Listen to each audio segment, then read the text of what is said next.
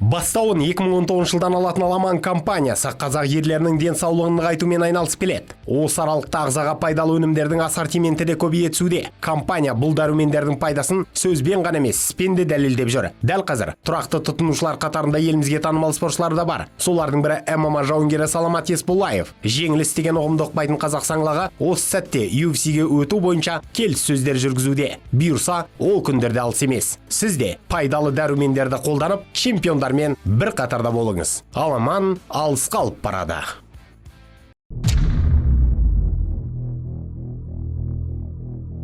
Ассалаумағалейкум.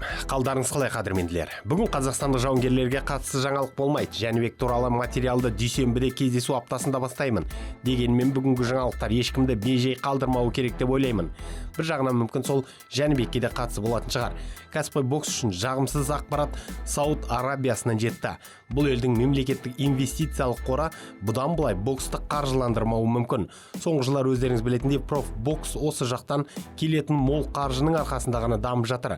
Енді олар әлем бойынша компьютерлік ойындарды шығарушы Electronic Art компаниясын 55 миллиард долларға сатып алғаннан соң спорт жағына ақша табылмауы мүмкін деген ақпарат шықты.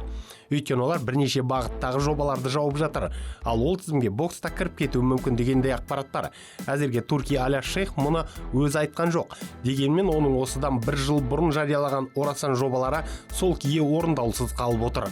WBC мен олар бірнеше жарқын істерді бастаған еді. Соның орын алмағаннан біз әлде Данияр Елеусіновтың кездесуін көре алмай жүрміз. Теренс Кроуфорд та Туркиямен соңғы уақыттарда жұмыс жасап бастаған. Канеломен кездесуді Шейх ұйымдастырған білесіздер. Енді олар да боксқа деген қызығушылық төмендесе, біз Кроуфорд Әлімханұлы жекпе-жегін көре алмауымыз мүмкін. Өйткені дәл қазіргі сәтте американдық чемпионның амбициясын, қаржылық тәбетін толтыра алатын компания болса, ол тек Риат Season екенін білесіздер. Ал олар тоқталса, Кроуфордта қолбағын шегеге ілуі мүмкін, немесе Джейк Пол ұйымдастыратын шоуларға ғана қатысады. Сауд Арабиясы басқа мұнайлы елдерге қарағанда қазіргі кезде қара алтынға тәуелділіктен арылуды ойлап бастауда. Осы мақсатта глобалды жобаларды қолға алған еді. Қатарларында профи бокста болған, дегенмен бұл спорт қаржыны көптеп сорғанымен қайтарымы аз болып тұр. Қаншама бокс кештерін олар Риадта жасады, бірақ әзірге ақша төлегенде ғана жұлдыздар келуде. Өзіндік қызығушылықпен олар аяқтарын аттап баспай жүр. Бұл әрине шейхтарға ұнамайды. Ал компьютерлік ойындар өздеріңіз білетіндей әлемді жаулап жатыр. Болашақ видео ойындарды екенін де білесіздер. Мұндағы кейбір ойындар тіптен кәдімгі спортпен теңесті. Олар бойынша әлемдік жарыстар өтеді. Алғашқы компьютерлік ойындар жақында тіптен Олимпиада бағдарламасына енетін болады деп жатыр. Міне олар енді осы бағытта алғандай. Бұлай болса, шынымен де профи бокстың жай-күйі қатты қиындайтын болады. Ал енді мен UFC тақырыбына тоқталайын. Бұл жаңалықта дәл қазіргі ММА индустриясын ұстап тұрған жауынгерлердің бірі Илья Топурияға қатысты болмақ. Илья кеше Твиттерде пост жариялап, 2026 жылдың алғашқы кварталында тіптен жекпе-жек өткізбейтіндігін айтты. Мұны ол өмірінде болып жатқан күрделі жағдайлармен түсіндірді.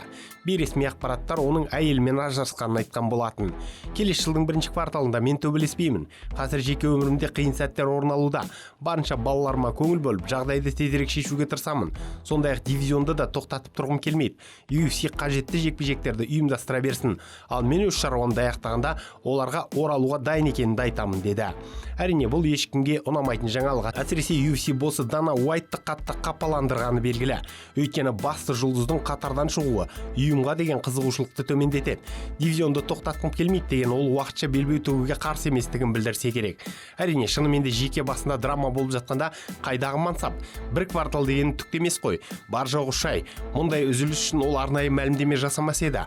Проблемасын ашып айтқанына қарағанда, бұл үзіліс әрі де созылуы ғажап емес. Сондықтан испандық грузинді келесі жыл көрмесек, тіптен таңғалмаймыз. Ал ММАны жаңа деңгейге көтерген Конор Макгрегор болса, Хабиб Нурмагомедовты жайына қалдырар емес. Бұл екеудің арасында тағы да ерегіс басталды.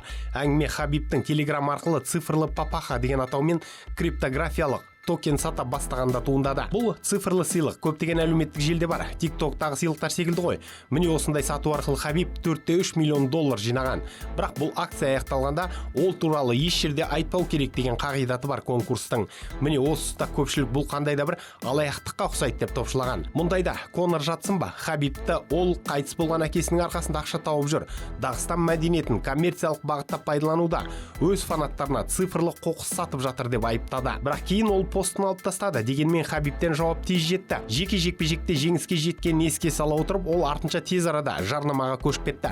Бұндай сыйлықтар тек әлемдегі ең үздік мессенджер Телеграмда ғана бар деді.